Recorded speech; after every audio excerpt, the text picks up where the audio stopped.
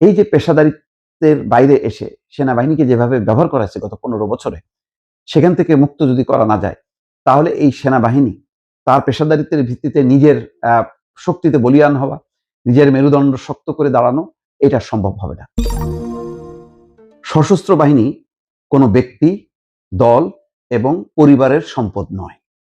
পেশাদারিত্বে কোনো আপোষ না করার জন্য সেনাবাহিনীর প্রতি অনুরোধ। এটা প্রধানমন্ত্রী তারেক রহমান আজকে সেনানিবাসের দরবার হলে এই কথা বলেছেন। দরবার হলে সেনাবাহিনীর অফিসার এবং সদস্যরা উপস্থিত ছিলেন। তাদের সামনে এটা বলার অর্থ হলো যে এটা একটা কমিটমেন্ট, এটা একটা অঙ্গীকার। কথাটার তাৎপর্য এবং গভীরতা কিন্তু অনেক বেশি। কেন বলছেন যে সশস্ত্র বাহিনী কোনো ব্যক্তি, দল এবং পরিবারের সম্পদ নয়? কারণ যারা অতীতে সশস্ত্র বাহিনীকে, বিশেষ করে সেনাবাহিনীকে তার দলের অংশ, তার পরিবারের অংশ বা তার ব্যক্তিগত সম্পত্তি হিসাবে জাহির করার চেষ্টা করেছে, সম্ভবত তাদের উদ্দেশ্যে। এবং সেই দায় থেকে আওয়ামী লীগ যেমন মুক্ত না, বিএনপিও মুক্ত নয়। একসময় সেনানিবাসের ভেতরেই বেগম খালেদা জিয়া, প্রয়াত প্রধানমন্ত্রী বেগম খালেদা জিয়া পরিবার সহ বসবাস করতেন। তিনি যখন প্রধানমন্ত্রী ছিলেন তখনও বসবাস করতেন, যখন প্রধানমন্ত্রী ছিলেন না তখনও বসবাস করতেন। এই বসবাসের একটা যৌক্তিক কারণও আছে। কারণ সেনানিবাসের ওই বাড়িটি যখন নাকি জিয়াউর রহমান, প্রয়াত প্রেসিডেন্ট জিয়াউর রহমান নির্মমভাবে খুন হয়েছিল চট্টগ্রামের সার্কিট হাউসে, তখন ক্যান্টনমেন্টের ওই বাড়িটি সহ মোট 3টি বাড়ি দান করা হয়। তখন বেগম খালেদা জিয়া ছিল একেবারে অসহায় একটি পরিবার। তিনি তখন শুধুই জিয়াউর রহমানের একজন বিধবা স্ত্রী ছিলেন। তিনি তখন বিএনপির প্রধানও না, অন্য কিছুই নয়। তো এইরকম একটা নির্মম ঘটনার প্রেক্ষিতে সাত্তার সরকার দান করেন এবং লম্বা সময় ধরে সেখানে বসবাস করতেন বেগম খালেদা জিয়া। তারপর তিনি রাজনীতিতে এসছেন, প্রধানমন্ত্রী হয়েছেন, বিরোধী দলের নেত্রী হয়েছেন, কিন্তু ক্যান্টনমেন্টের ওই বাসভবনে তিনি বসবাস করতেন। কিন্তু সেই বাসভবনের প্রতি একটা শকুনের দৃষ্টি ছিল শেখ হাসিনা।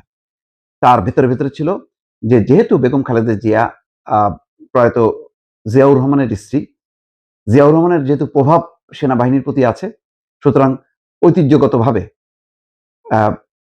সেনাবাহিনী প্রতি তার উপর যে একটা নির্ভরতা বা নিয়ন্ত্রণ বেগম খালেদা জিয়া বা বেগম খালেদা জিয়ার পরিবারের আছে। এই কারণে আওয়ামী লীগের বা শেখ হাসিনার বিশেষ করে পরিকল্পনা ছিল যে ক্যান্টনমেন্ট থেকে বাড়িটা উচ্ছেদ করা। তারপরে তো 2008 সালে ক্ষমতা আসার পরে কি করেছে সেই বাড়ি উচ্ছেদ করার জন্য সেটা সবাই দেখেছে। তো এই যে একটা ধারণা ছিল লম্বা সময় ধরে যে বেগম খালেদা জিয়া, প্রয়াত বেগম খালেদা জিয়া, জিয়াউর রহমান এবং এখন বর্তমান তারেক রহমান, এই পরিবারের একটা সাথে সেনানিবাসের একটা যেহেতু তার অবস্থান ছিল, সুতরাং সেনাবাহিনী, সশস্ত্র বাহিনীর একটা গভীর সম্পর্ক আছে। এইটা একটা বিপজ্জনক বলে মনে করত শেখ হাসিনা এবং আওয়ামী লীগ।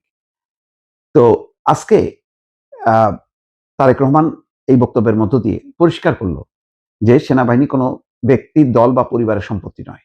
শেখ হাসিনা গত 15 বছরে যেটা তার, শেখ হাসিনার অভিযোগ ছিল যে বেগম খালেদা জিয়া, প্রয়াত বেগম খালেদা জিয়া এবং তার পরিবার সেনাবাহিনীকে নিয়ন্ত্রণ করত ওই ক্যান্টনমেন্টে বসবাস করে। ঠিক সেই কাজটা কিন্তু শেখ হাসিনা ক্ষমতা আসার পর থেকে শুরু করলো। এমনভাবে শুরু করলো, বিশেষ করে জেনারেল তারেক সিদ্দিকীকে দিয়ে পদায়ন করা, নিয়োগ দেয়া এবং সেনাবাহিনীতে যারা বিএনপি মনোভাব সম্পন্ন কর্মকর্তা, জামাত মনোভাব সম্পন্ন কর্মকর্তা, তাদেরকে একাধারে ছাঁটাই করতে করতে একটা অনুগত বাহিনীতে পরিণত করলো, যেটা ওই বলা যায় একটা দলের বাহিনী অথবা পরিবারের বাহিনী অথবা ব্যক্তির বাহিনী। তেমনভাবে সমস্ত জেনারেলদেরকে সে নিজেই নিয়ন্ত্রণ করতো এবং সেনা বাহিনী বা সশস্ত্র বাহিনীর অলিখিত পরিচালনা, মানে সেনা প্রধানের তেমন কোনো ক্ষমতাই ছিল না। মূল ক্ষমতাগুলো পরিচালিত হতো শেখ হাসিনা মাধ্যমে এবং শেখ হাসিনার পক্ষ থেকে এটা জেনারেল তারেক সিদ্দিকী সেটা নিয়ন্ত্রণ করতেন। তো এই কারণে আজকে আবার ক্ষমতা আসার পর তারেক রহমানের সেই বোধোদয় হয়েছে যে এই যে পেশাদারিত্বের বাইরে এসে সেনাবাহিনীকে যেভাবে ব্যবহার করা হয়েছে গত 15 বছরে, সেখান থেকে মুক্ত যদি করা না যায়, তাহলে এই সেনাবাহিনী তার পেশাদারিত্বের ভিত্তিতে নিজের শক্তিতে বলীয়ান হওয়া, নিজের মেরুদণ্ড শক্ত করে দাঁড়ানো, এটা সম্ভব হবে না। এবং তাই হয়েছে। জেনারেল আজিজের মতন জেনারেলরা যখন কি সেনাপ্রধান হয়, তখন ওই সেনাবাহিনী আর সেনাবাহিনী থাকে না। সুতরাং একটা পেশাদারিত্বের ভিত্তিতে, যোগ্যতার ভিত্তিতে সকল ক্ষেত্রে পদায়ন, পদোন্নতি এবং সেনাপ্রধানের শীর্ষ পদগুলোতে আসাটা অত্যন্ত জরুরি।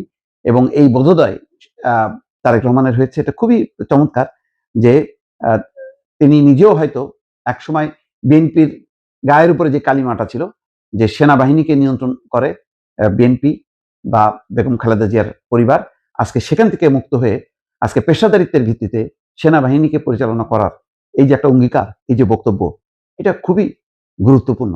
এটা যদি আক্ষরিক অর্থে বাস্তবায়িত হয়, তাহলে সেনাবাহিনী কোনো ব্যক্তি, দল, পরিবারের না, এটা দেশের সম্পদ হিসাবে আবার তার ভাবমূর্তি ফিরে পাবে। দর্শক।